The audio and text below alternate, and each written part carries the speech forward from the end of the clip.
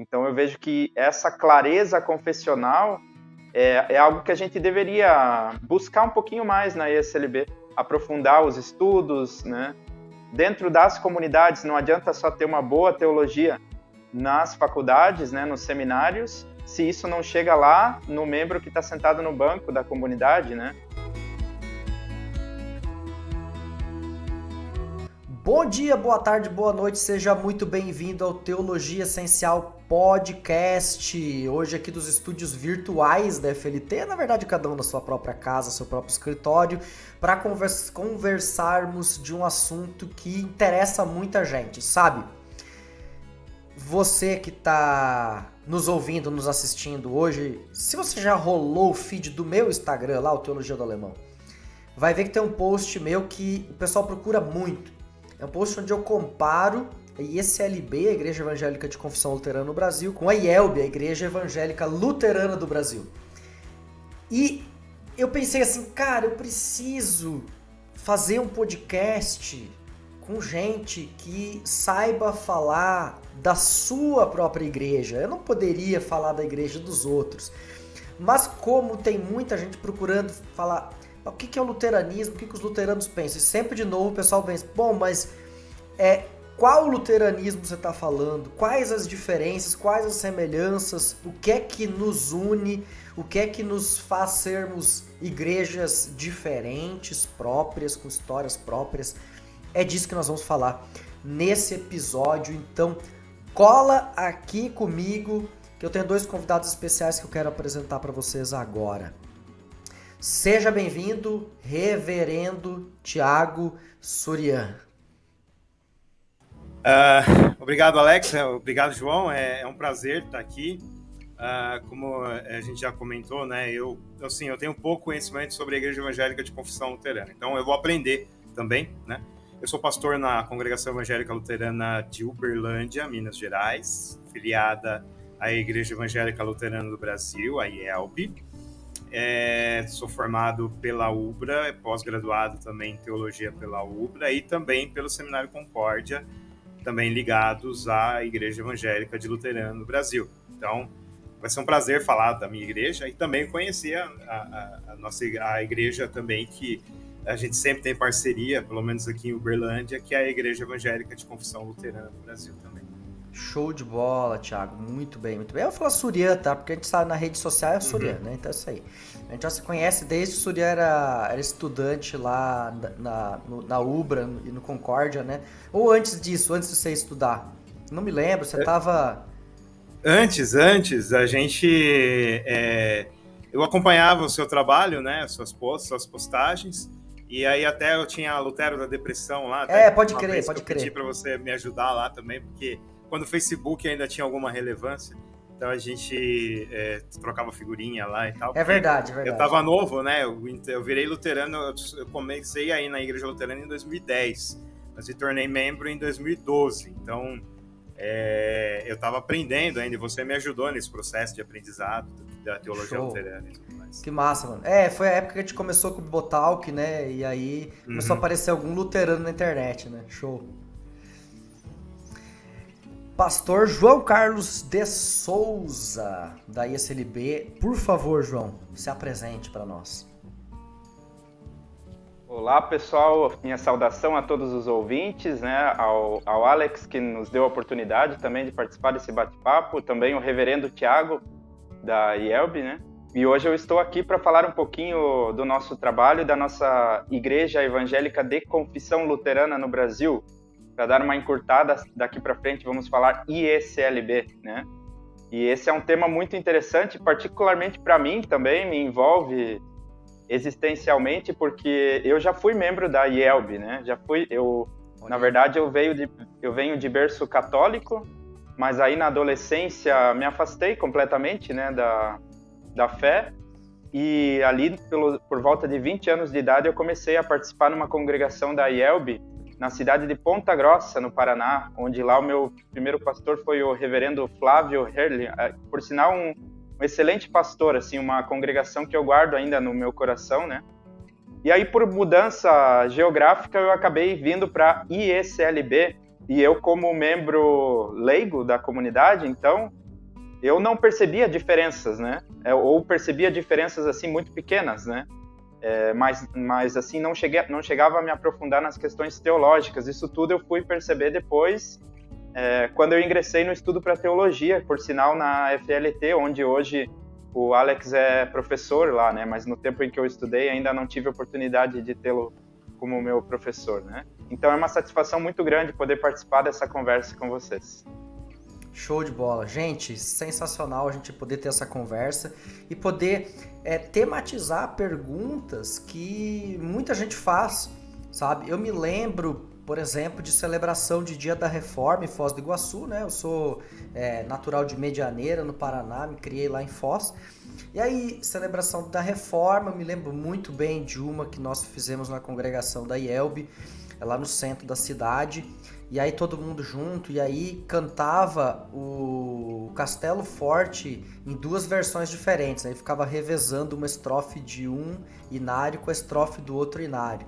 E aí foi a primeira vez que eu pensei assim, caraca, tem diferença.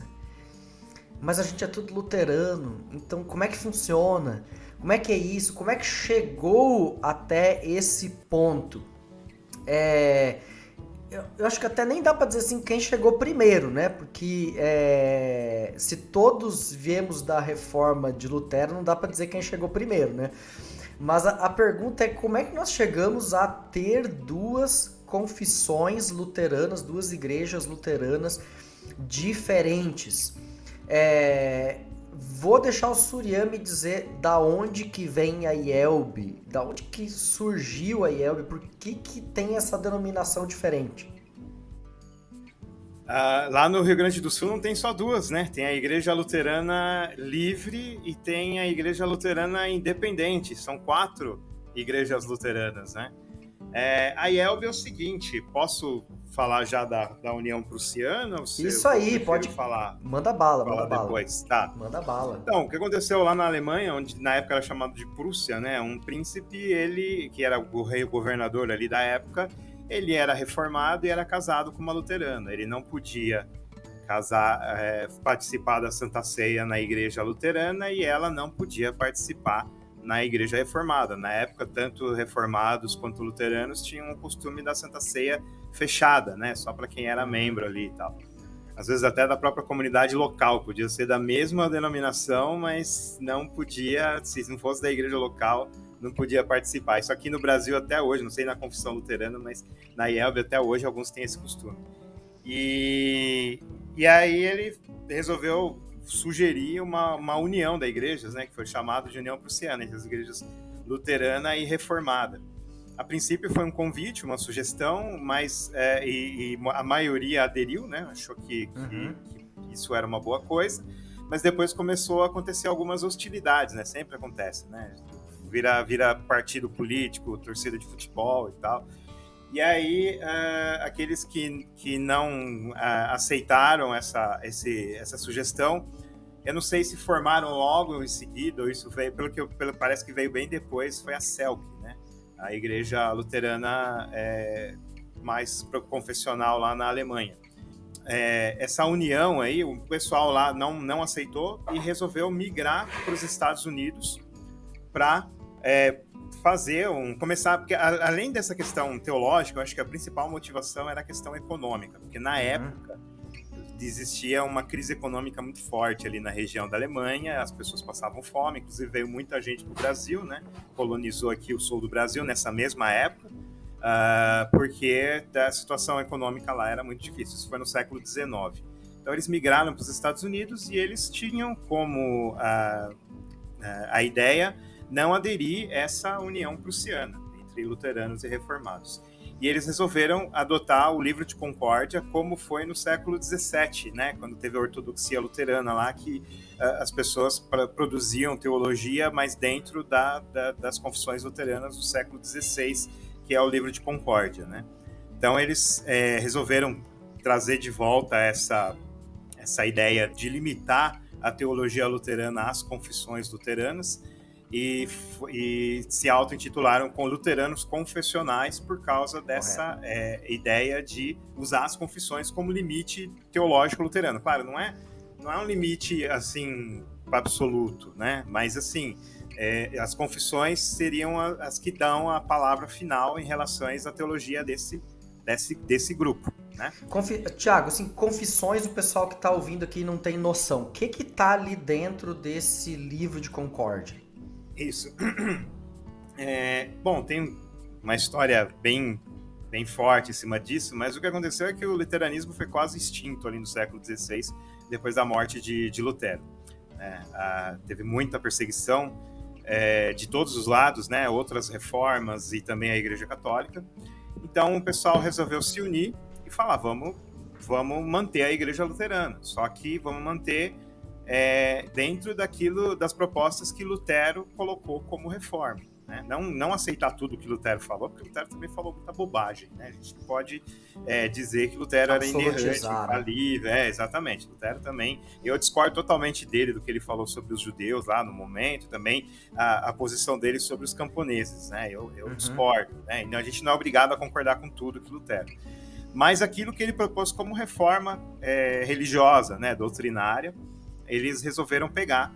E também Melanchthon no começo. Curioso que eles discordaram de Melanchthon depois da morte de Lutero, porque Melanchthon queria uma igreja mais democrática, aberta a várias doutrinas diferentes, mas dentro de um escopo reformista, né? Não todas as doutrinas. Mas ele aquela história dos gnésio-luteranos e dos filipistas, né? Os dois partidos ali. Isso, os dois partidos. Então, o gnésio luterano, que seria luteranos originais, o nome, né, a palavra, descondor dos filipistas, que eram mais pendentes para o lado reformado, calvinista, né, e também católico, né, porque Melanchthon queria trazer de volta, aceitar de volta certas doutrinas católicas e também trazer certas doutrinas calvinistas. E os gnésios não concordavam com isso. Então, os gnésios se juntaram, pegaram os próprios livros de Melanchthon, os próprios escritos de Melanchthon, a Confissão de Augsburgo, a Apologia da Confissão, né? Inalterada, porque o Melanchthon depois redigiu uma outra Confissão de Augsburgo para ser mais democrático com os reformados e tal, para não ter briga, né? Então ele queria uma igreja só, ele queria a união de todas as igrejas da Reforma, exceto os anabatistas. E aí os gnésios não concordavam com isso. Pegaram a confissão primeira que ele escreveu, pegaram a apologia que ele fez, né, dessa confissão, a defesa dessa confissão que ele escreveu, pegaram também de Melanchthon o Tratado do Poder e o Primado do Papa, e juntaram com o Catecismo Maior, o Catecismo Menor de Lutero, os artigos de Smalcald, que também tem uma história, pesquisa na internet aí sobre, talvez o Alex já tenha até explicado aí alguma coisa sobre os artigos de Smalcald, o contexto. Ainda não, mas temos que fazer isso, temos que dar um jeito. Fica a sugestão aí. E pegou esses artigos, né, que foi numa época de conflito, então Lutero posicionou certos artigos como sendo a fé luterana diante de um conflito que estava existindo ali em Smalcald. Ele juntou também os artigos escritos pelos gnésio-luteranos ali, os reformadores ali que queriam manter a igreja luterana do jeito que Lutero começou, e Melanchthon no começo também, depois o Melanchthon mudou de ideia, começaram, né? Então, eles escreveram artigos reafirmando os princípios da Confissão de Augsburgo, desses tratados de Lutero e de Melanchthon, e que foi chamado de Fórmula de Concórdia. A ideia é o seguinte: você quer se tornar desse grupo que nós somos, que são luteranos que seguem o princípio de Lutero e não Calvino e Zwinglio e outras reformas, então você vai ter que concordar com a gente nesses artigos, tanto os escritos de Lutero e Melanchthon, quanto esses artigos de concórdia, né? A palavra concórdia seria unidade, concordância e tudo mais. Então, esse vai ser o nosso ponto de concórdia. Nós nos unimos nesses pontos. E isso foi chamado de confissões luteranas, porque ali na época Melanchthon fez a Confissão de Augsburgo, né? E depois teve a Confissão Helvética, teve o Catecismo de Heidelberg, lá do lado reformado. Cada grupo estava falando, expressando o que cria através de confissões de fé. Né? Cada grupo reformista ali no século XVI expressava: nós cremos nisso, nisso e nisso. Então, os gnésio-luteranos ali juntaram, falaram: nós vamos expressar o que nós cremos também nesses documentos, tanto os de Lutero e Melanchthon, como os nossos, que são a Fórmula de Concórdia. para que você quer fazer parte do nosso grupo, então essa é a nossa fórmula de Concórdia. Subscrever o livro de Concórdia. Isso, e isso acabou sendo normativo no meio luterano no final do século XVI e quase todo o século XVII, até vir o Spener com o pietismo e trazer uma nova visão sobre a questão luterana, né? Não uma visão reformada, não uma visão mais prática das coisas, né? E que aí veio o movimento pietista. Mas esses documentos, eles permearam o que foi chamado de ortodoxia ou escolástica luterana no século XVII, onde se produziram muitas dogmáticas, muitas teologias luteranas ali, e o livro de Concórdia seria o ponto de concórdia entre todos da Igreja Luterana. Exato. Depois veio o pietismo, trouxe uma questão mais prática, né? Uma questão mais com aplicações mais práticas na vida cristã e não tão teológicas. E depois veio essa União Prussiana, e esse movimento, que tanto lá na Alemanha quanto os que foram para os Estados Unidos, queriam resgatar essa ideia do final do século XVI, do meio do século, até o meio do século XVII, boa parte do século XVII, de lidar com essas confissões luteranas, né, de trazer essas confissões como ponto de concórdia. Só que deu muita discórdia no começo, né? Teve muitos problemas, teve uma pessoa que se intitulou bispo e foi autoritário, aí foi destituído, teve um monte de problemas, e aí eles conseguiram se organizar, se ajeitar depois dos problemas que tiveram, e formaram um sínodo luterano baseado nesse livro de Concórdia lá no estado de Missouri, nos Estados Unidos, que até hoje é chamado Igreja Luterana Sínodo de Missouri. É por isso que quando eu era criança o pessoal falava assim, ali tem uma igreja do pessoal de Missouri. Do Missouri, exatamente. Às vezes vem gente aqui e pergunta, você é da confissão ou você é Missouri? Né? O pessoal pergunta aqui, às vezes vem visitantes, né, e perguntam, você é da confissão ou é Missouri? Outra gente que até que fala, você é luterano ou é Missouri? Né? Tipo, tem essa treta aí, né? E aí eles montaram esse sínodo de Missouri, se organizaram lá. Então teve um cara chamado Walter, o sobrenome dele é Walter, Karl Wilhelm Friedrich Walter, mein Deutsch ist kaputt, eu não vou... rolar. Não vai rolar o alemão, mas enfim, o sobrenome dele era Walter. E ele organizou a coisa, escreveu artigos para organizar as doutrinas, porque estava tendo muito, muito ruído, né?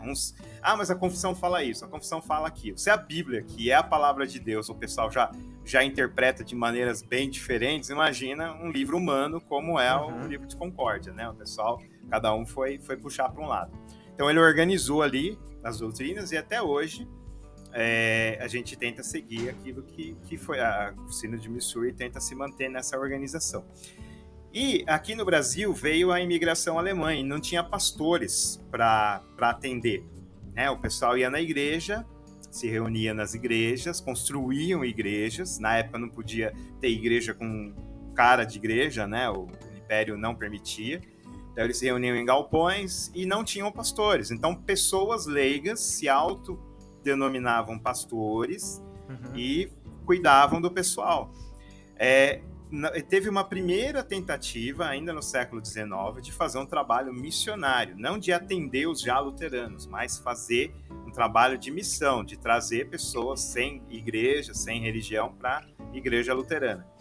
Não deu certo, não frutificou, os missionários voltaram, e no começo do século XX, o Govert, o pessoal na IELB chama de Papa Govert, né? Ele também eles solicitaram o atendimento do Sínodo de Missouri para trazer pastores para atender, porque eles estavam sem, né? E a igreja alemã na época não atendia, eu não sei os motivos, não vou falar, não vou especular, não sei por que eles não atendiam suficientemente aqui no Brasil. Talvez depois o pastor João ou o Alex possam me informar sobre isso, porque eu não sei, mas eles não atendiam suficientemente a igreja, os luteranos aqui. Então, eles trouxeram, aceitaram esse pedido de atendimento e veio aqui. E a demanda por atendimento era muito grande, então eles trouxeram mais pastores, e aí eles resolveram criar o Seminário Concórdia, que veio antes da IELB. O Seminário Concórdia veio antes da IELB. Quando que ele começou? E é 1903, um ano antes da IELB. A ideia era formar pastores brasileiros para que eles atendessem a demanda aqui. Exatamente. E aí, depois resolveu trazer mais pastores para ficarem aqui de forma fixa e criou um sínodo brasileiro, que seria a Igreja Evangélica Luterana do Brasil, a IELB, em 1904. E assim nasceu, na ideia de atender pastores, atender os luteranos aqui. E eles trouxeram essa ideia confessional, que a gente chama de confessional, de limitar os vereditos, né? Não posso falar produção teológica, porque se produz muito fora do livro de Concórdia, mas limitar o veredito, as sentenças teológicas, né? As conclusões dentro desse livro de Concórdia, para não ter o problema que eles tiveram também lá nos Estados Unidos, e eles não concordaram também com a União Prussiana. Então, igrejas aqui no Brasil, luteranas, já estabelecidas, que também não concordavam com ou também, isso foi pouco, né? Lá em São Leopoldo teve uma que não concordou, que era ligada à Igreja do Relógio, e eles foram para a IELB.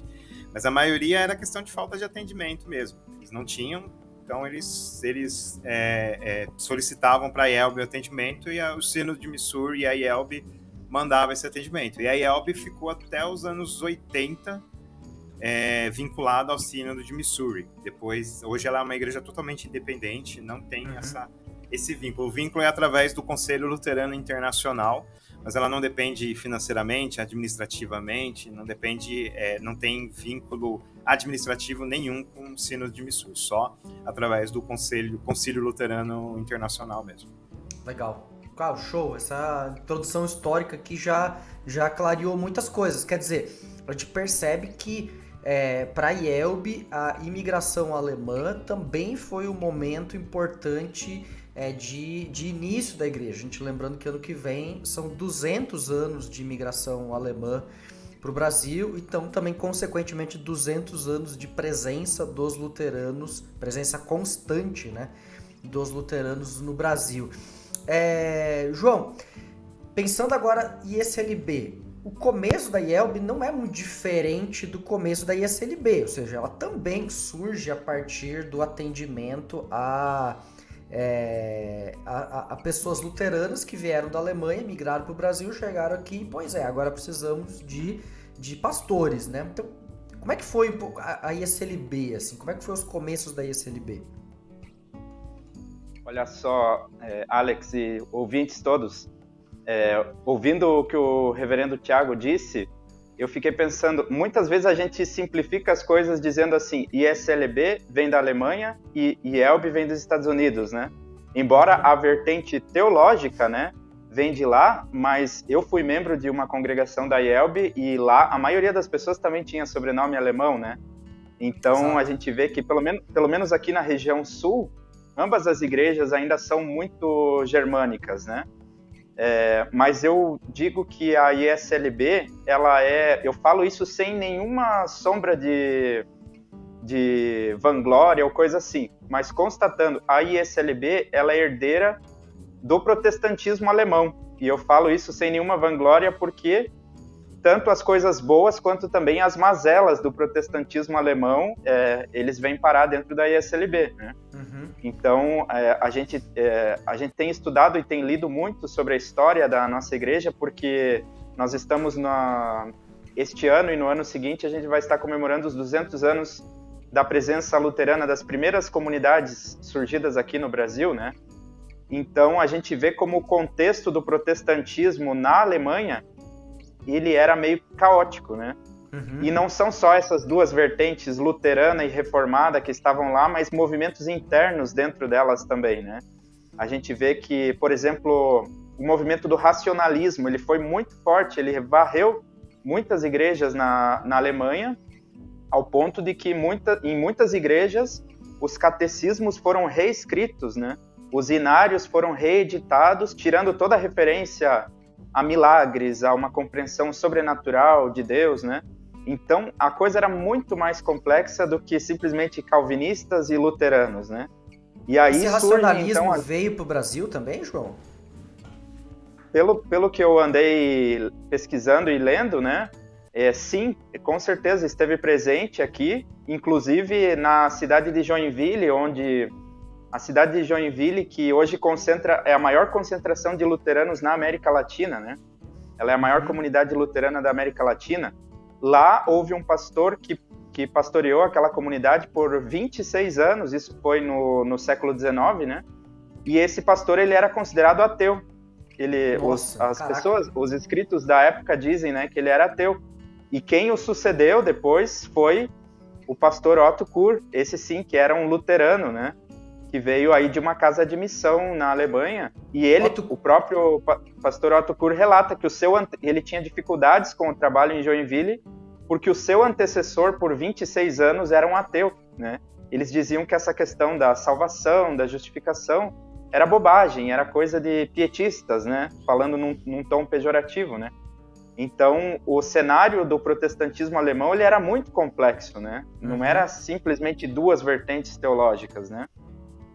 E nós, gostando... né, João? Porque Joinville tem uma história particular, porque a ISLB em Joinville tem uma ligação com uma forma de luteranismo alemão que é muito mais parecido com a IELB, por exemplo, que é o luteranismo do Wilhelm Löhe. O Wilhelm Löhe, que inclusive também é alguém que influenciou a IELB, especialmente o sino de Missouri, e depois, então, por tabela IELB, né? Então, ali a gente tem alguns pontos de contato bem interessante, né? Por causa da liturgia do Wilhelm Löhe, né? Que influenciou ambas as igrejas fortemente. Mas, claro, a região de Joinville que recebeu esses missionários vindos de Neuendettelsau, e que trouxeram vamos dizer assim, um luteranismo mais confessional para dentro do que viria a ser esse LB depois, né? Mas pode continuar aí. Sim, então esse cenário ele era muito mais complexo, né? E aí quando a gente pensa no surgimento da ISLB, na verdade não é a ISLB que está fazendo 200 anos, né? A ISLB como instituição, ela é década de 50 praticamente, né? Isso. Então o ela nome é de 1960, né? Ela é uma instituição recente, né? Mas as comunidades que a formaram, então, aí começa 200 anos atrás, né?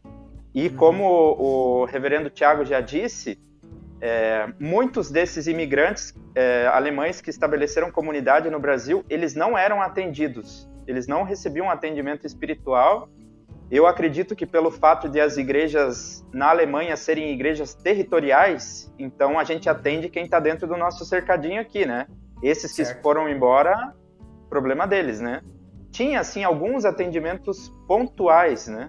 Mas a grande parte do atendimento, pelo menos ainda no século XIX, foram de pessoas que foram enviados por sociedades missionárias, que são, assim, poderíamos dizer, organizações paralelas às igrejas territoriais, não era algo dentro das igrejas territoriais. E ali tinha muito forte o pietismo, tinha cristãos mais reformados, né?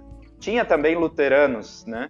Mas é muito mesclado, né? Essa questão da confessionalidade, né? E aí o primeiro sínodo que vai se formar no Brasil, dessas comunidades de origem alemã, vai ser o sínodo rio-grandense, que apesar de muitas vezes a gente falar, não, era um sínodo unido, para eles confessionalidade tanto faz, né? Mas na verdade não era bem assim, né? A gente tem que lembrar também que esses alemães que vieram para cá, uma grande parte deles eram pessoas muito simples, com as mãos calejadas, né? Então eles não sabiam, o cristão comum que sentava no banco da igreja, ele não fazia ideia do que era livro de concórdia, né? Inclusive você identificava quem era luterano e quem não era luterano pelo catecismo que se usava, né? Mas eles não sabiam, eles não tinham noção desse aprofundamento, né, das confissões luteranas, né? Até porque isso tudo lá na Alemanha já estava passando para o segundo plano, essa questão confessional, né? Exato. Então o cristão de origem alemã que estava aqui no Brasil, ele só queria, no meio da lida da vida difícil que eles levavam, preservar sua fé, batizar seus filhos, sepultar os seus mortos, né? e poder celebrar a fé, mas eles não tinham esse aprofundamento teológico para saber qual que era a diferença de uma coisa ou outra, né? E aí vão surgindo, então, o Sínodo Rio-Grandense, ainda no século XIX, e no século XX aí surge a Associação Evangélica de Comunidades de Santa Catarina e Paraná, que também é de caráter unido, e quando a gente fala do caráter unido, a gente lembra, né, que predominava o elemento luterano, isso se sabe como? Pelo catecismo que era usado nas comunidades. Na grande maioria delas era o catecismo menor de Martim Lutero, né? Embora havia esse predomínio, mas dentre esses alemães que vieram, tinham suíços também, que eram de confissão reformada, né? Então, não se queria jogar essa gente para fora da igreja, né? Pelo fato de uma divergência teológica que, para quem estava nos bancos, nem fazia diferença, né? E aí também interessante, João. Por exemplo, minha família vem do Hunsrück. O Hunsrück é dividido, na época da imigração, em duas partes. Uma parte que pertence ao Palatinado e outra parte que pertence à Hesse. Os dois territórios são reformados. Eram reformados na época. Só que um é um pouco mais reformado que o outro, vamos dizer assim. Então, por exemplo, o meu imigrante que veio para o Brasil, quando ele chegou aqui, ele foi registrado como luterano. Mas na certidão de nascimento dele na Alemanha está registrado como reformado. Então vê que é meio fluido a coisa. Eu não faço ideia que catecismo ele trouxe na mala dele, se é que ele trouxe um. Mas se ele trouxe, eu poderia imaginar que ele trouxe um catecismo de Heidelberg, porque era o território para o qual ele pertencia na época em que ele saiu, né? Então dá para imaginar que havia gente que tinha um catecismo de Heidelberg na mala e tinha um grupo talvez maior, mais expressivo, até por no norte ser mais expressivo, o catecismo menor, de Lutero, que trouxeram um catecismo menor. É bem interessante esse negócio aí, como às vezes uma cidadezinha para um lado para o outro já vai ter confissão diferente, essa gente vai se juntar tudo aqui numa mesma grande igreja. Sim, é verdade. Inclusive o historiador da nossa igreja, o professor Martin Dreher, né, ele conta no livro dele sobre a questão da Jacobina Mendes Maurer, que foi uma senhora que fundou uma espécie de um movimento messiânico lá na região de São Leopoldo, Ferrabras, né? Isso. E a família dela, ele comprova pela sua tese, eles vieram para o Brasil justamente nessa questão de que eles não podiam expressar a sua fé lá onde eles viviam, né? E não era a questão de ser luterano ou ser reformado, mas é porque a igreja territorial onde eles estavam era uma igreja que aderiu com força ao racionalismo, né? Então eles não podiam, na verdade, não eram nem calvinistas, nem luteranos, nem uma coisa nem outra, né? Já era uma outra coisa, né? E então houve também casos assim, né? Mas para continuar falando ali dos sínodos, então, eu já falei o Sínodo Rio-Grandense, a Associação de Comunidades Santa Catarina e Paraná, o Sínodo Brasil Central, que abrangia de São Paulo para cima, e paralelo aqui em Santa Catarina, eu estou falando de Santa Catarina, por isso eu falo aqui, né? Paralelamente aqui em Santa Catarina havia um outro sínodo ainda, que era o Sínodo Evangélico Luterano, que é esse que veio a partir do trabalho do pastor Otto Kur, que foi formado então a partir de pastores missionários que vieram daquela casa de formação que tem suas origens com Wilhelm Lohr, né? Eu passo um pouquinho de vergonha com os nomes alemães, mas não tem problema, né? Tá tudo certo, tudo certo. E aí, então, esse sínodo luterano que existia aqui em Santa Catarina, Paraná e outros estados, ele também chegava até o Espírito Santo, né? Esse sínodo era, dentre esses quatro, era aquele que batia o pé, né? E fazia questão de marcar a sua identidade como luterano. Tanto que ele tinha um bom diálogo e chegou-se a pensar muitas vezes em fusão com o sínodo de Missouri, né? Qual foi o problema nisso, né?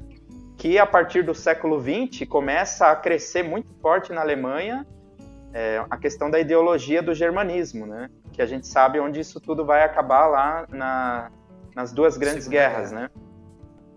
E aí essa questão do germanismo, ela apaixonou os alemães que estavam aqui no Brasil, né? Os descendentes de alemães, de maneira que a confessionalidade ela acabou caindo em segundo plano, né? Então isso foi uma grande tragédia, não só lá na Alemanha, mas como também aqui no Brasil.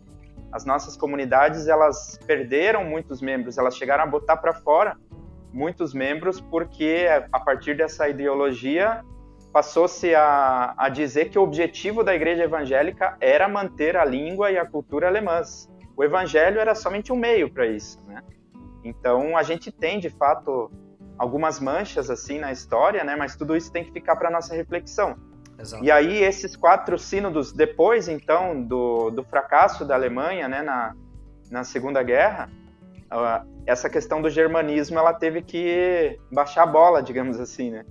E aí a questão confessional, ela voltou. E quando houve então essa fusão dos 4 sínodos, eles formam uma federação.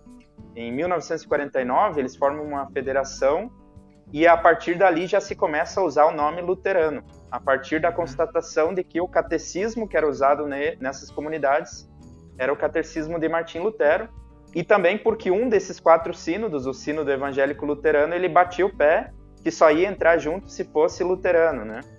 E aí, a partir daí, então, se desenvolve a estrutura da ISLB como nós temos hoje. Então, basicamente, essa é a história da nossa formação. Isso explica também a grande diversidade que existe dentro da própria ISLB, né? Afinal de contas, é uma igreja que, como você disse no começo, ela trouxe as alegrias e as tristezas do protestantismo alemão, né? Ou seja, essa mistura que existe lá, essa possibilidade de formas diversas, que tem lado positivo e tem lado negativo. Por exemplo, eu não sei na IELB, mas na ISLB a gente tem uma diversidade de movimentos teológicos internos dentro da igreja. Ou seja, tem várias, dá para quase dizer assim, ISLBs dentro da ISLB. Você pode falar um pouquinho assim sobre, para quem é de fora, não conhece a ISLB, talvez alguém é da IELB ou de outra igreja, tá ouvindo aqui, e às vezes entra em contato com a ISLB e vai dizer, pois eu vi ali que vocês têm teologia da libertação, que você tem movimento evangelical, que você tem pietista, como é que é isso? Essa diversidade teológica, também eu penso assim que a gente tem que cuidar um pouquinho para não maximizar demais a coisa, porque já chegaram pessoas assim, às vezes o pessoal bate na porta da nossa comunidade e pergunta, vocês são ISLB, mas vocês são de qual? Do Encontrão, da MEUC, da PPL? E na verdade não é assim que funciona, né, Alex? Ótimo. Assim, a gente tem corre dentro da ISLB essas vertentes, mas não são assim compartimentos totalmente não são caixinhas, separados. Né? De maneira que assim, 90% dos luteranos da ISLB, ou mais até, eles não se identificam com isso ou com aquilo, eles são apenas ISLB, né? Mas as influências, elas estão aí, né? Desde o pietismo, que ele já vem lá das sociedades missionárias, na verdade o pietismo, ele influencia a igreja luterana como um todo, né?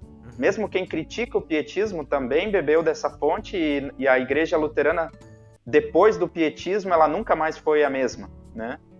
Então o pietismo, eu falo isso também porque eu fui membro, como já disse, de uma congregação da IELB, e apesar de que lá o nome do pietismo, ele é quase que uma palavra pejorativa, assim, né? Se usa. Porém, eu via muitas características que eram muito pietistas naquela comunidade, né? A forma como se faziam os devocionais, os grupos de estudo, a piedade das pessoas, isso tudo lembrava, até os hinos, né? Os hinos que estão lá no Inário Luterano da IELB, muitos deles remontam ao movimento pietista, né? Então não tem como negar essa influência, né? Mas mais marcadamente na ISLB você vê o pietismo na MEUC, que é a entidade missionária, talvez diria assim, né? De onde surge esse centro de formação, onde eu estudei também, na FLT, e também no movimento Encontrão, que eu diria assim, ele tem uma teologia muito parecida com a da MEUC, só que a MEUC, enquanto ela é mais antiga que a própria ISLB, né? A MEUC surge em 1927, ou seja, antes de se fundirem esses sínodos, né?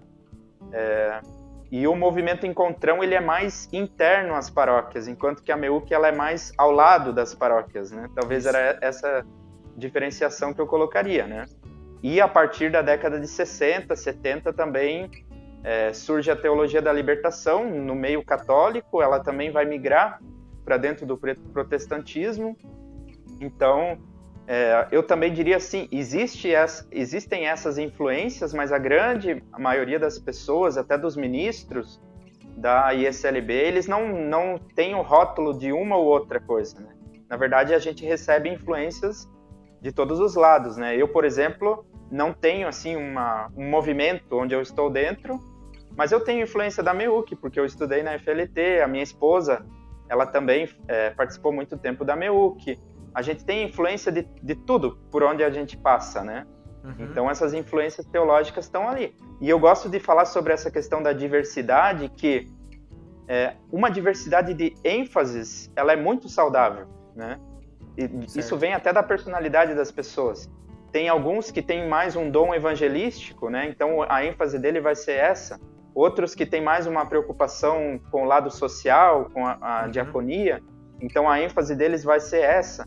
Outros que são mais na questão do ensino, da doutrina, e tudo isso converge, né? Tudo isso pode convergir de uma forma muito bonita. O problema é quando essa diversidade ela acaba estourando os limites, né?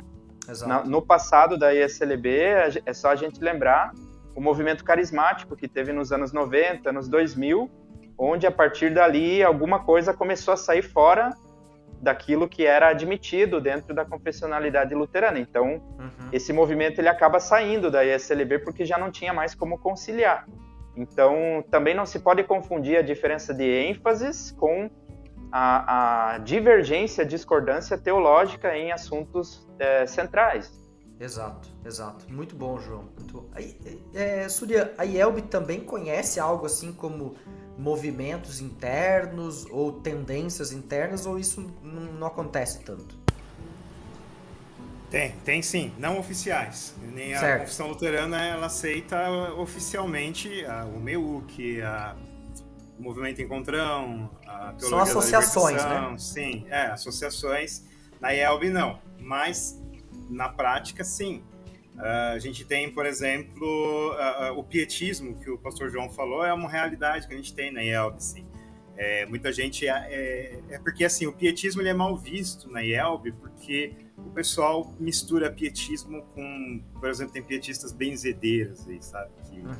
Que mistura essas coisas, mistura um monte de coisa. Então, é mal visto, né? Porque, como o pastor próprio João falou, eu acho que essa ideia de acesso à informação teológica, ela é muito recente. Exato. Mesmo na IELB, o pessoal não tinha reflexão e informação mais aprofundada, né? Isso, e até hoje, né? A gente tem uma cultura, uma crítica que eu faço, às vezes é uma cultura pastor-cêntrica, né? O pastor tem que decidir e definir tudo quanto é em relação à doutrina. As pessoas exigem isso do pastor, e que tem seu lado positivo, porque evita certas bagunças, mas tem seu lado negativo porque as pessoas às vezes deixam de pesquisar por elas mesmas e se informar por elas mesmas aquilo que elas estão curiosas, né? Então, a gente tem pietismo muito forte.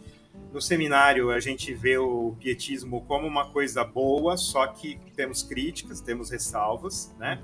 Mas até um professor lá que era do seminário, agora ele está só como pastor, o pastor Paulo Pitt, lá de São Leopoldo, e ele escreveu o trabalho dele de doutorado, está disponível na internet, é Luteranismo Popular e Luteranismo Oficial. Então, nós temos doutrinas oficiais, nós temos posicionamentos oficiais, inclusive agora, acabei de receber, estava até olhando aqui, o posicionamento oficial da IELB sobre a questão do aborto.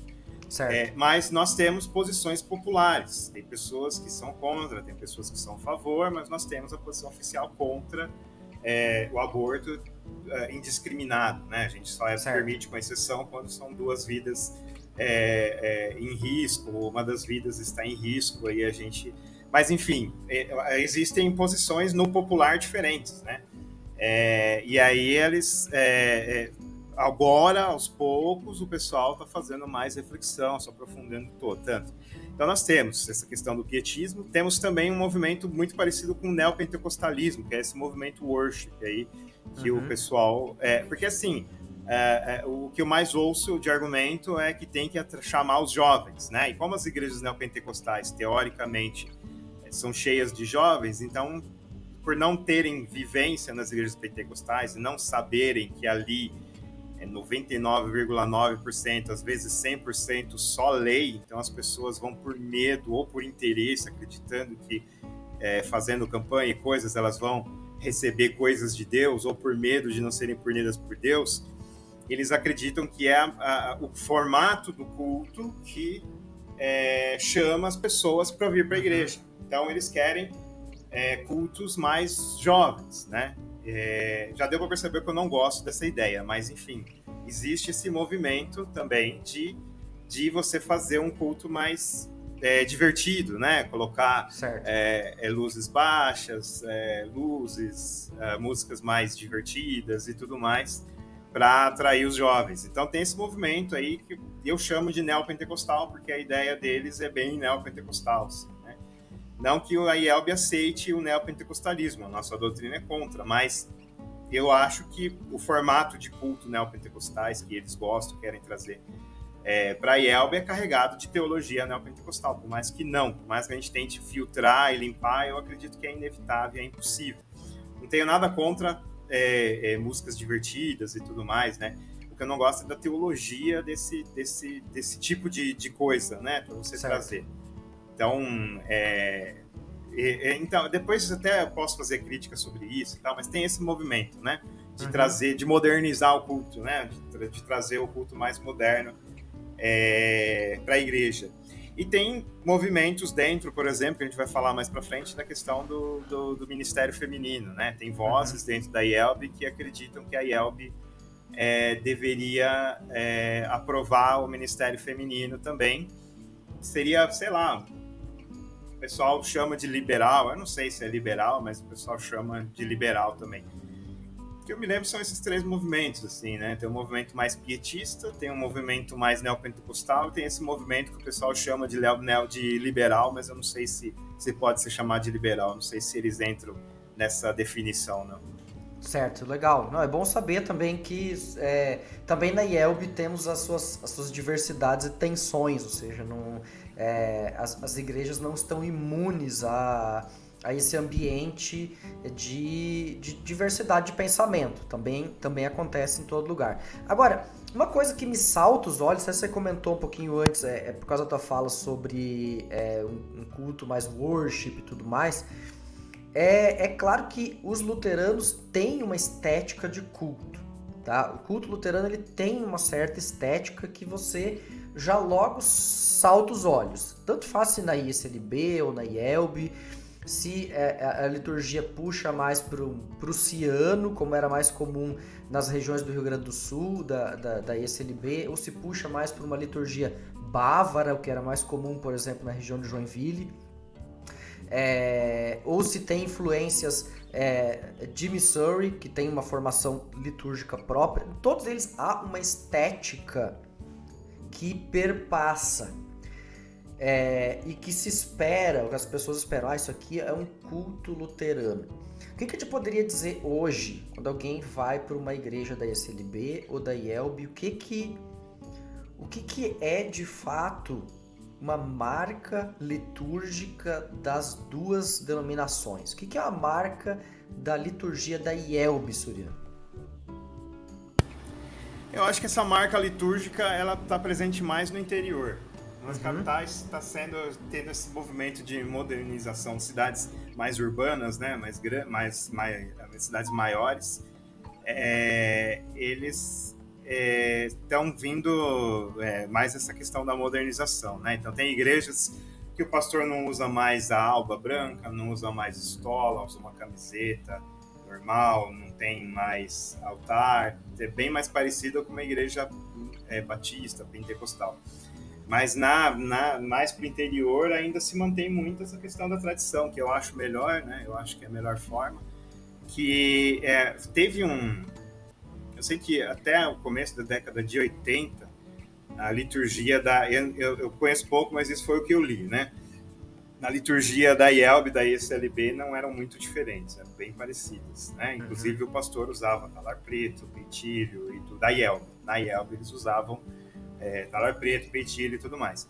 Só que o que houve, depois do Vaticano II, a IELB tentou ser mais litúrgica inspirada tanto por esse movimento Vaticano II, quanto pela missa alemã lá de Lutero. Eles tentaram fazer um resgate dentro da liturgia histórica. Aí teve comissão de culto, que desenvolveu, a gente tem algumas liturgias, né? Tem duas principais, a 1 e a 2.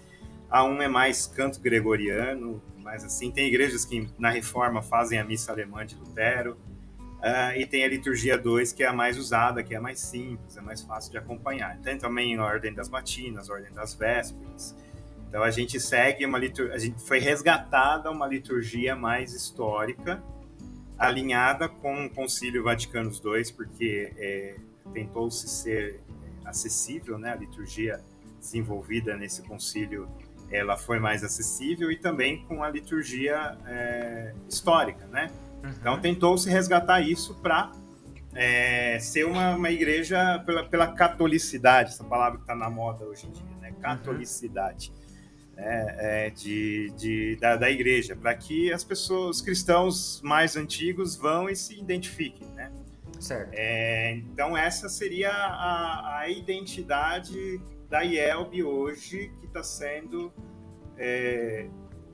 não sei se combatida é a palavra certa, mas está sendo resistida, né? Hoje em dia, está sendo revista hoje em dia por pastores que querem modernizar a igreja e tornar uma igreja mais parecida com a igreja neopentecostal. João, como é que é isso na ISLB, essa questão litúrgica?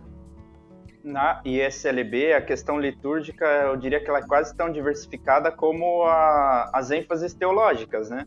Mas na maioria das comunidades você vai encontrar o mínimo denominador comum, né? Ela não vai ser tão extremo a se assemelhar a um pentecostalismo, mas ela também não vai ser tão litúrgica quase como uma igreja medieval, assim, né? Então a ISLB, ela, desde o princípio, ela puxou muito da liturgia prussiana, que é a liturgia das igrejas da União, né?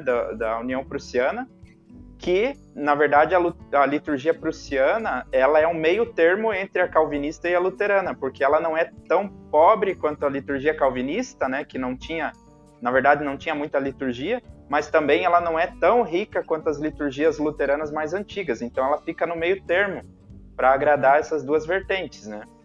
E também dessa vertente que vem, então, com o pastor Otto Kuhr, se traz também a liturgia bávara, né? Essa liturgia bávara, eu diria que é a mesma da liturgia tradicional da IELB, porque eu já fui nas duas e é praticamente idêntica, né? A liturgia bávara, que se usa ainda em algumas comunidades, principalmente no estado do Espírito Santo, né? Ela é muito parecida com aquela liturgia cantada da IELB, né? E no meio disso tudo tem também formas de culto mais simples do pietismo, né? E com o passar dos anos também vão surgindo influências, não dá para negar também alguma influência de pentecostalismo em algumas comunidades, mas eu diria que na maioria delas você vai encontrar aqueles elementos básicos, né? Uma liturgia de entrada com uma invocação trinitária, normalmente mais simples, assim, a confissão de pecados, a absolvição, pode-se ter o Glória, o Kyrie, mas nem todas vão ter todos esses elementos completos, né? Aí vem a liturgia da palavra, normalmente você vai ter também o credo apostólico e, por fim, daí a Santa Ceia, a liturgia da saída, né?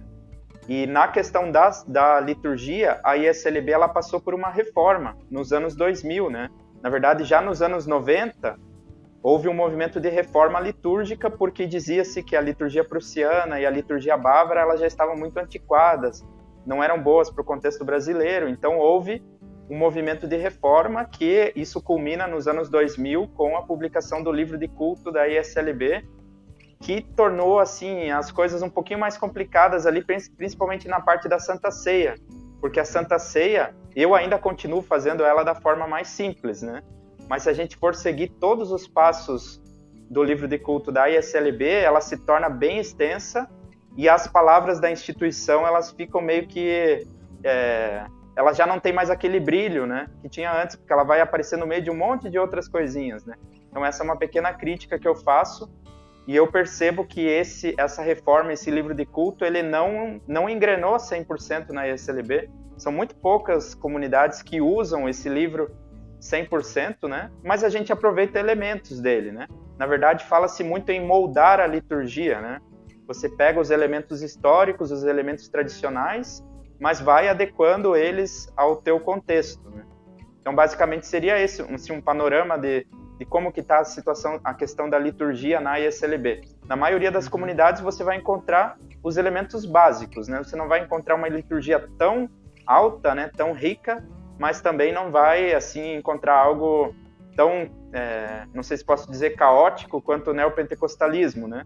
Você vai chegar numa... É uma liturgia muito objetiva, muito simples, mas que comunica, né, a palavra de Deus. Legal, João. Uma outra coisa que eu sempre percebo, assim, que as pessoas me perguntam, além dessa questão litúrgica, por exemplo, a ISLB tem, no ministério ordenado, pastor, missionário, diácono, catequista. Não vou entrar agora na questão feminina, só eu deixo para a segunda pergunta. Vamos entrar só nessa.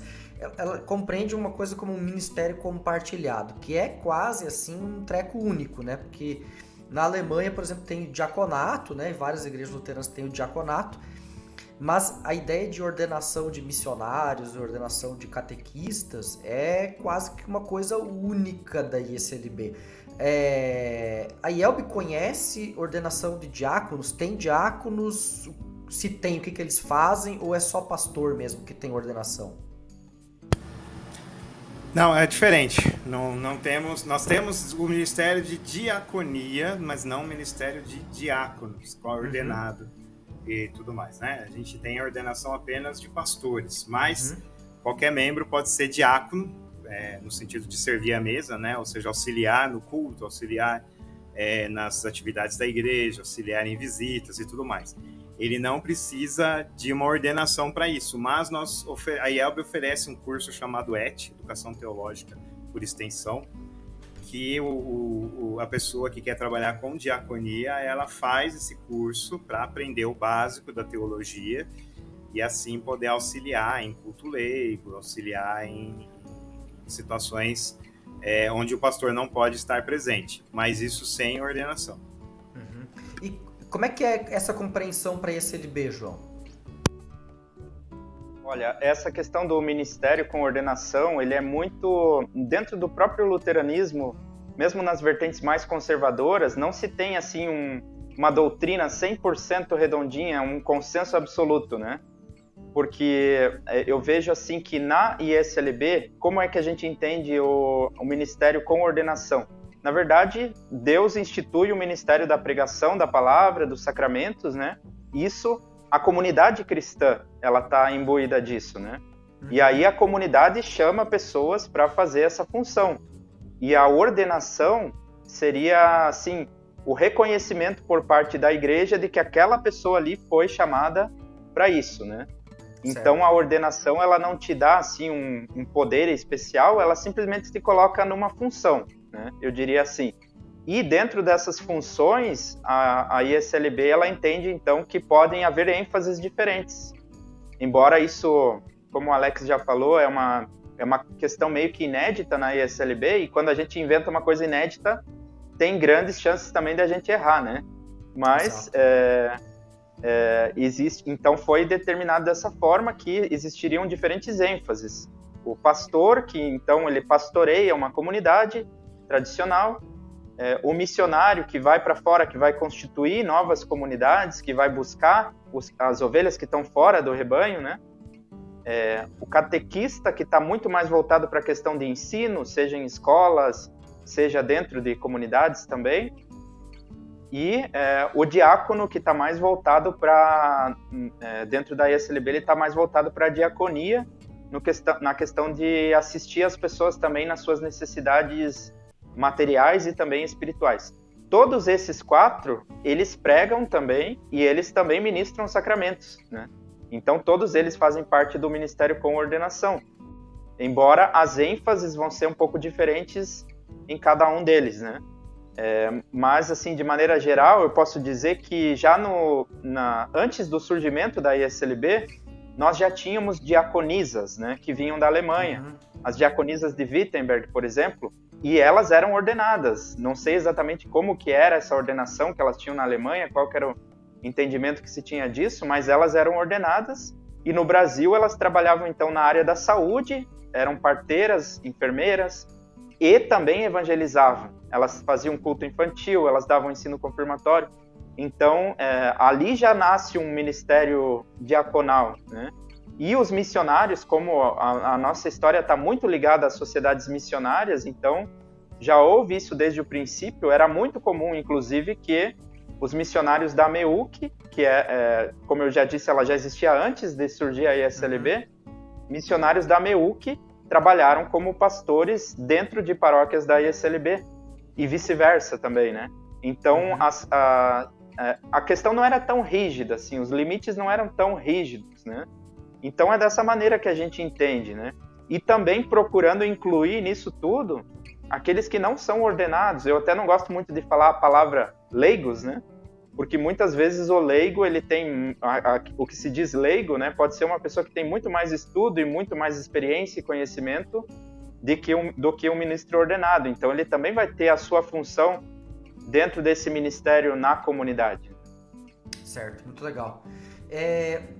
E assim, agora olhando assim, o panorama, a pergunta que também vem sempre, assim, tá ok, a gente tem compreensões de ministério diferentes, de ordenação diferentes, e algumas coisas são semelhantes, e a gente percebe que, por exemplo, na ISLB, já desde cedo a gente tem esse trabalho das diaconisas, da diaconia feminina, que foi uma característica muito forte do protestantismo alemão, ou seja, essa presença de mulheres no ministério já sempre esteve ali, o que, de certa maneira, fez com que a pergunta sobre o pastorado feminino não fosse uma pergunta assim tão complicada de ser respondida no contexto da ISLB.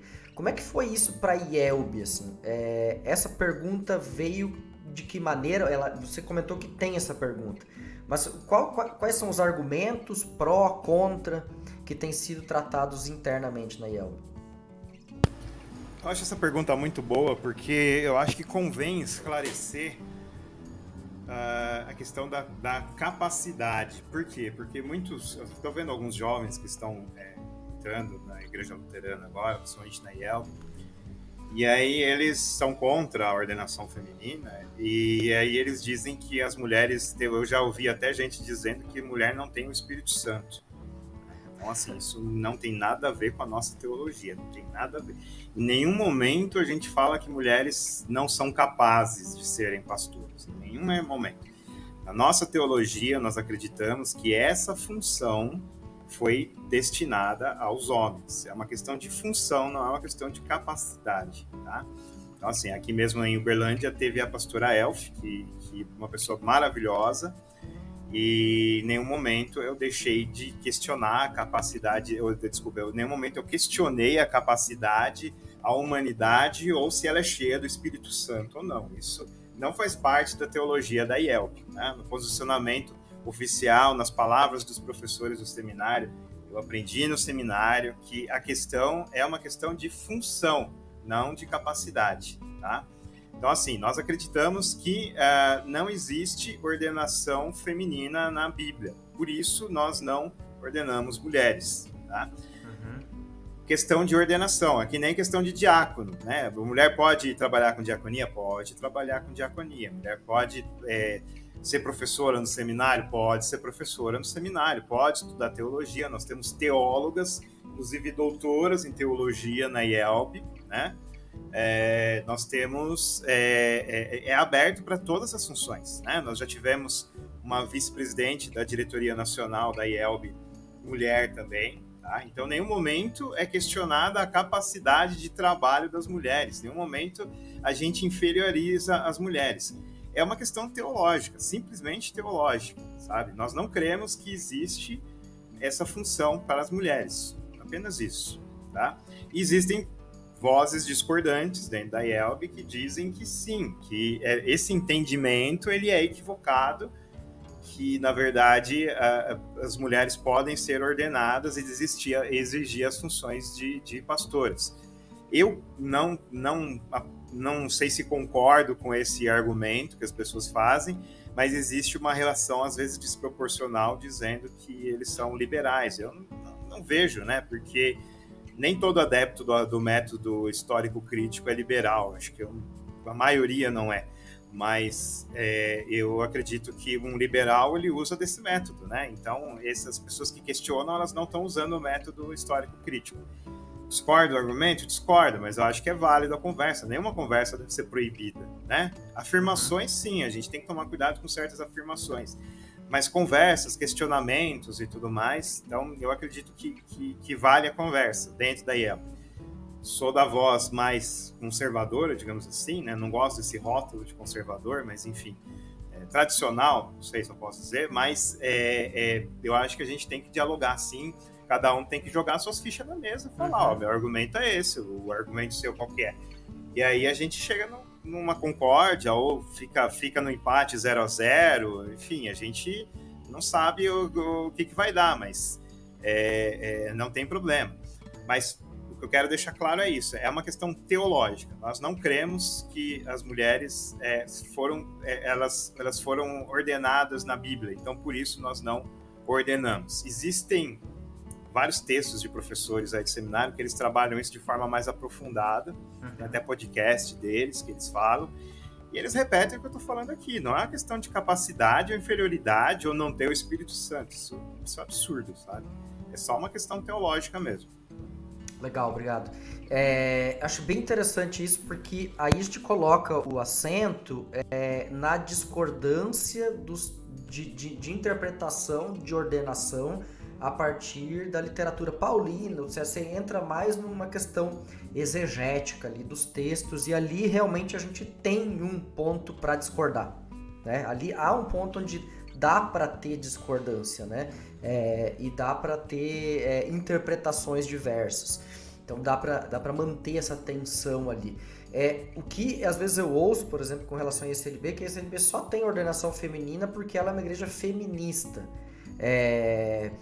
Eu acho essa... Porque há um movimento de feministas na ESLB, eu acho que não é por isso que temos mulheres no ministério, embora que o movimento feminista dentro da ESLB vai ter suas influências, obviamente. João, como é que você vê isso? Posso só fazer um comentário rapidinho claro, sobre isso pode. que você falou da questão do feminismo? Assim, eu comecei minha caminhada cristã na Igreja do Evangelho Quadrangular, né? Não vou fazer críticas nem elogios. O fato é que a Igreja do Evangelho Quadrangular foi fundada por uma mulher na década de 20. Isso. E eles ordenam pastoras desde então. Nem existia feminismo na época. Entendeu? Então, que nem você falou, é uma questão exegética, né? Eu não vejo isso na ISLB também. Eu acredito que é uma questão exegética, questão teológica, né?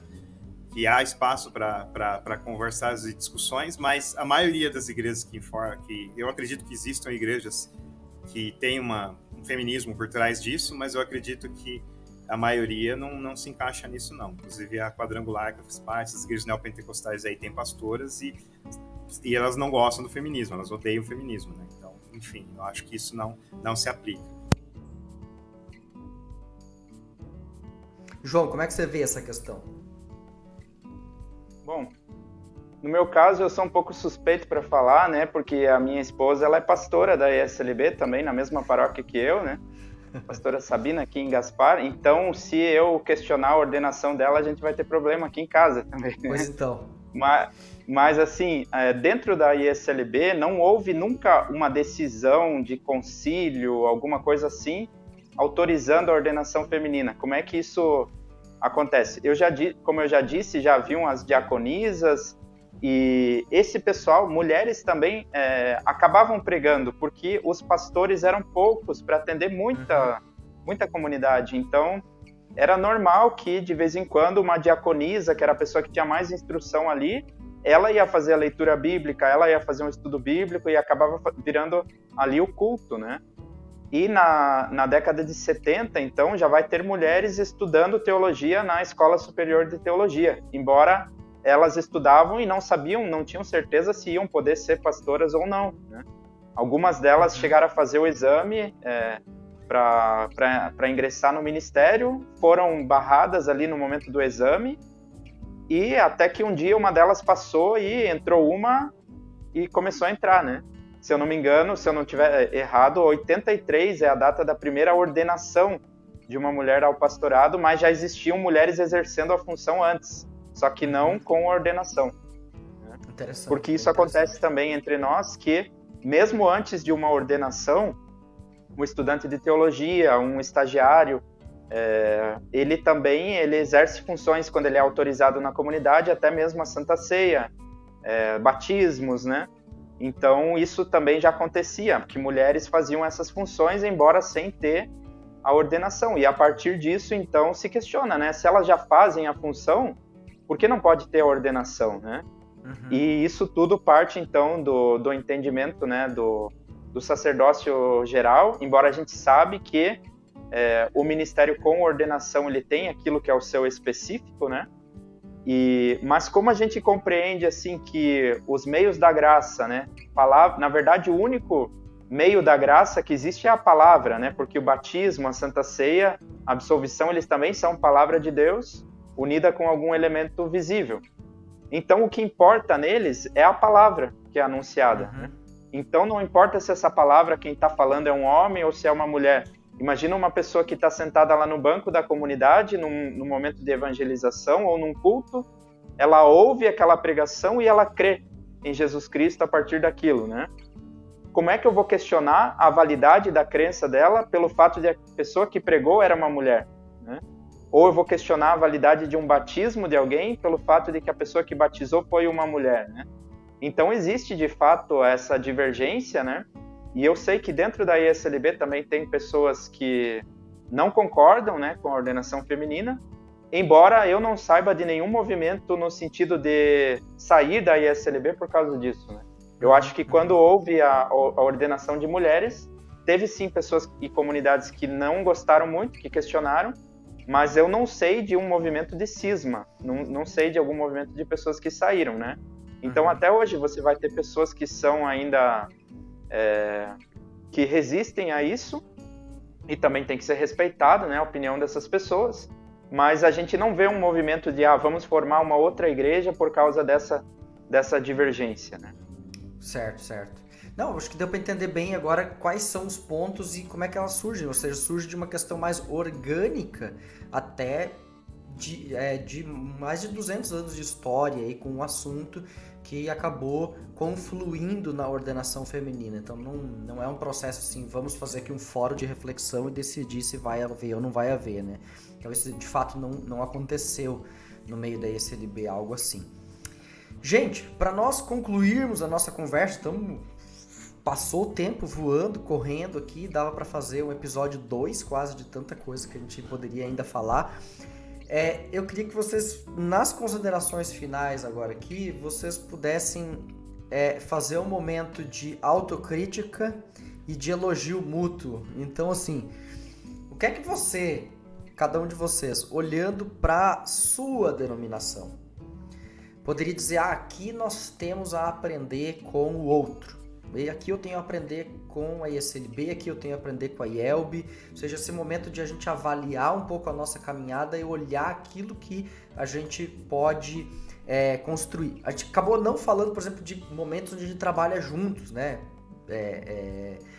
Não falou, por exemplo, obras selecionadas de Lutero só existe porque é um trabalho conjunto da Comissão Interluterana de Literatura. Nós temos um devocionário conjunto, Castelo Forte, né? Que é editado pelas duas editoras das duas igrejas. Nós temos um trabalho de uma comissão de diálogo interluterana, né, que trabalha a questão de celebrações, de eventos conjuntos, de diálogos conjuntos, né, que enxerga as duas irmãs como as duas igrejas como co-irmãs na fé luterana. E aí, claro, todo um ecumenismo de base, digamos assim, né, que celebrações conjuntas nas cidades, de Dia da Reforma, de eventos, trocas de púlpito em muitos lugares, ou seja, há várias proximidades, vários momentos em que ISLB e IELB estão juntos. Acabamos não tematizando isso, mas não podia terminar esse episódio sem falar, sem citar pelo menos essa grandeza que há de trabalho conjunto entre as duas igrejas. Então quero deixar vocês para as considerações finais de vocês. Vou começar com o Surya, que é o nosso convidado da IELB hoje. Cara, assim, eu conheço pouco da ISLB, como eu falei no começo, né? Eu sempre fui muito mais ligado à IELB. Eu visitei poucas vezes a ISLB lá no Rio Grande do Sul, né? E aqui a gente tem uma boa amizade com a igreja da Confissão Luterana aqui em Uberlândia. Nós fazemos o culto da Reforma juntos, nós vamos fazer esse ano também. E fazemos a semana de oração pela unidade dos cristãos também, junto com a Igreja Católica e a Ortodoxa, né? Eu acho muito interessante o acolhimento. As vezes que eu fui na Confissão Luterana, o acolhimento era muito bom. Isso é uma coisa que nós na IEL precisamos melhorar muito, sabe? A gente precisa melhorar muito essa questão do acolhimento, porque eu sei que nem todas as igrejas da confissão são todas acolhedoras, e assim, nem todas as igrejas da IEL são menos acolhedoras, mas nas que eu fui, sempre fui muito bem acolhido, muito bem tratado, muito bem recebido, né? Na IELB, eu às vezes ia visitar e eu era olhado com um pouco de desconfiança, assim, eu já sabia antes de eu me tornar luterano, né? Agora que eu sou luterano, eu falo que sou luterano, o pessoal já me trata bem, mas antes de eu me tornar luterano, eu ia visitar, eu já sabia que ali não era o meu lugar, entendeu? Então, tipo, isso é chato, né? Muito chato. Tem muitas igrejas da IELB que são muito acolhedoras, mas algumas, infelizmente, ainda a gente precisa melhorar nessa questão do acolhimento, né? De comunitário, a gente ser comunitário, né? E eu acho que a gente precisa se abrir mais ao diálogo, né? A IELB, ela, como IELB, assim, a gente precisa dialogar mais. A gente não precisa praticar o unionismo. Eu sou contra o unionismo, né? A gente se unir a outras denominações e como é que até um rapaz da Confissão Luterana mesmo, ele fez uma reflexão hoje que eu achei muito legal, que o ecumenismo, ele acontece de verdade fora desses grupos ecumênicos, fora desses grupos que se dizem os diretores, os organizadores, os administradores do ecumenismo, né? Porque esses daí eu já tive muito embate, porque eles dizem, não, nós temos que celebrar a diversidade, mas é diversidade de uma nota só, né? De uma coisa só. Você tem que aderir a certos pressupostos, a certos preceitos para celebrar a diversidade. Não todos, mas eu já tive muito problema com isso, sabe? E enquanto as igrejas cristãs fora dessas organizações estão conversando, estão dialogando, né? Aí esse rapaz da Confissão Luterana, inclusive, ele fez essa reflexão de que o ecumenismo está acontecendo, só que fora dessas organizações. Então ele vê pentecostais hoje conversando com católicos, coisa que era impensável. Na minha época, quando eu era pentecostal, lá para os anos 90, isso era impensável. Impensável. A gente olhava o católico, um padre, a gente atravessava a rua, né? Agora não, agora os pentecostais estão conversando com católicos e tudo mais. E eu acho que a IELB ela tem um sistema aberto a esse diálogo, mas na prática eu acho que a gente poderia se abrir mais, né, ao diálogo, a conversar com as pessoas, né, com outras denominações. A gente tem muito que aprender e muita figurinha para trocar, né? A gente tem muito a receber e muito a dar também, né? A gente tem muita figurinha para trocar. Então eu acredito que isso. Agora, quanto à ISLB, eu conheço pouco, então eu não sei muita coisa que eu posso falar. O que eu tenho, as impressões que eu tenho, é essa questão do acolhimento, e eu também vejo o trabalho que a ISLB faz com a editora dela, a Sinodal, eu acho muito legal. Eles fazem um trabalho de publicação de livros e tudo mais, que eu acho que aí a gente, como IELB, dentro das nossas limitações, porque a ISLB é muito maior que a IELB, né? Então eu acredito, não sei como funciona, mas eu acredito que tenha mais recursos, mas eu acho que a gente tem muita coisa para aprender em relação à editora da Confissão, que eu acho muito legal nessa questão de trazer material teológico, porque agora que o povo está se empreendendo mais a se aprofundar teologicamente, é uma oportunidade que a gente tem de trazer bons materiais, sabe, para as pessoas. E a IELB tem bons materiais. Nossa, eu tenho muita coisa em inglês aqui que é muito boa. E seria legal, né? E trazer também. Eu acho que é uma coisa boa. Eu acho que é isso, né? A amizade do pessoal da Confissão. Eu acho que eu só tive problema 2 vezes com o pessoal da Confissão, assim, de briga, de rixa. Fora isso, não. Sempre pessoal muito legal, muito camarada. E às vezes eu vejo o pessoal mais novo, assim, muito empolgado com a IELB, quebrando o pau com o pessoal da ISLB. Eu não acho legal isso, sabe? A gente é muito bem tratado, então eu acho que a gente tem que tratar bem também os nossos irmãos da ISLB. Legal, Surya, muito bom. João? O que eu teria para elogiar a IELB, claro, tem muitas coisas, porque foi também nessa igreja onde eu comecei a minha caminhada, né, dentro do luteranismo. Mas eu vejo que a IELB, ela historicamente, ela se abrasileirou mais cedo do que a ISLB. Tanto que a gente falou aqui do Seminário Concórdia, que ele já surge lá em 1900 e pouquinho, né?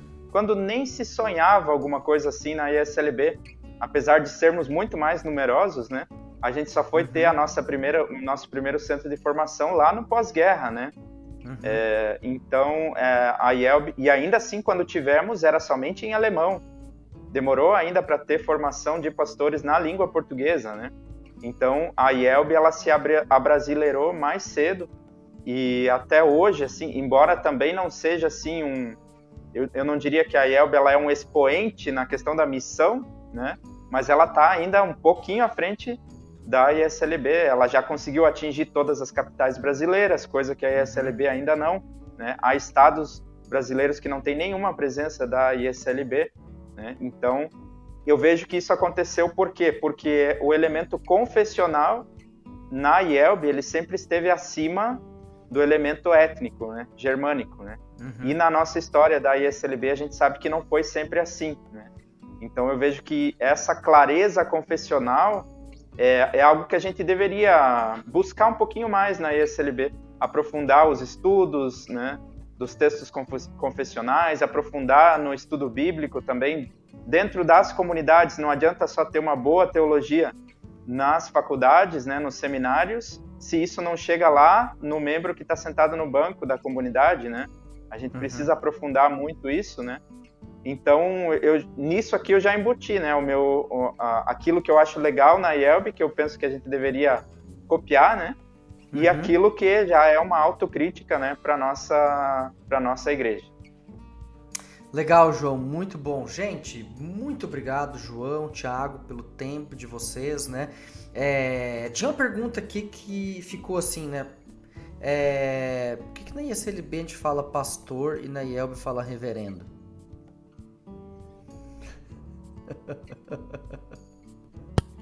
João, pode falar. O reverendo Thiago, o senhor reverendo, me desculpe se às vezes a gente te esquecer de chamar de reverendo, é que a gente não tem esse costume, sabe? Mas eu não pesquisei, eu não sei qual que é o motivo disso, né? Outro dia até tinha falado com o Alex a questão de que provavelmente isso vem dos Estados Unidos, né? Deve ser essa, porque os presbiterianos também chamam seus pastores de reverendo, né? E tem uma outra diferencinha que eu ainda trago para vocês.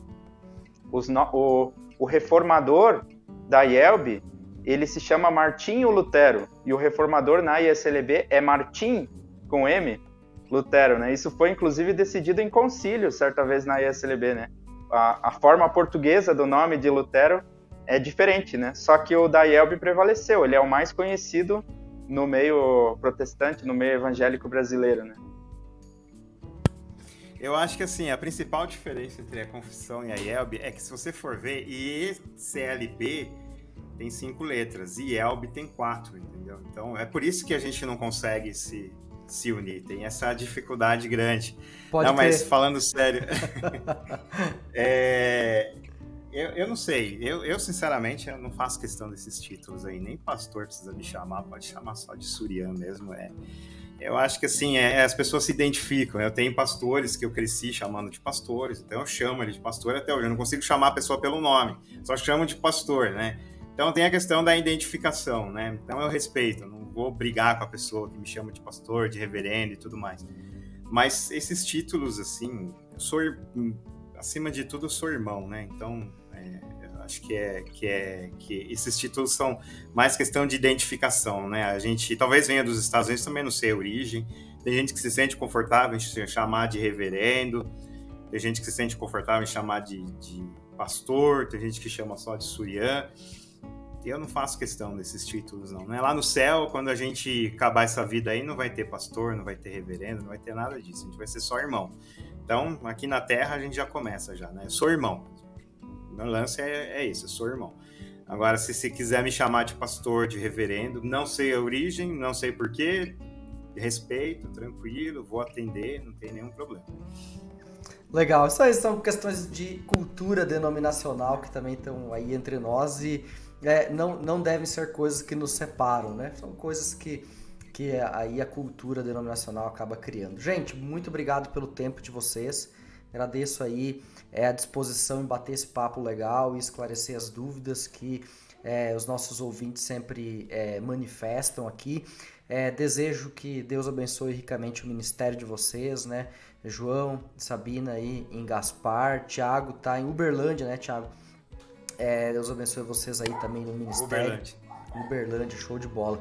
E para você que está nos ouvindo, quiser entrar em contato, mandar uma sugestão de pauta, mandar a sua pergunta, dizer de que maneira a Teologia Essencial tem contribuído para você, faça isso mandando e-mail para podcast@teologiaessencial.com.br. Eu sou o Alex Stahlhofer, fui seu host nesse episódio e desejo que Deus te abençoe muito e nos encontramos no próximo episódio. Até logo. Tchau, tchau.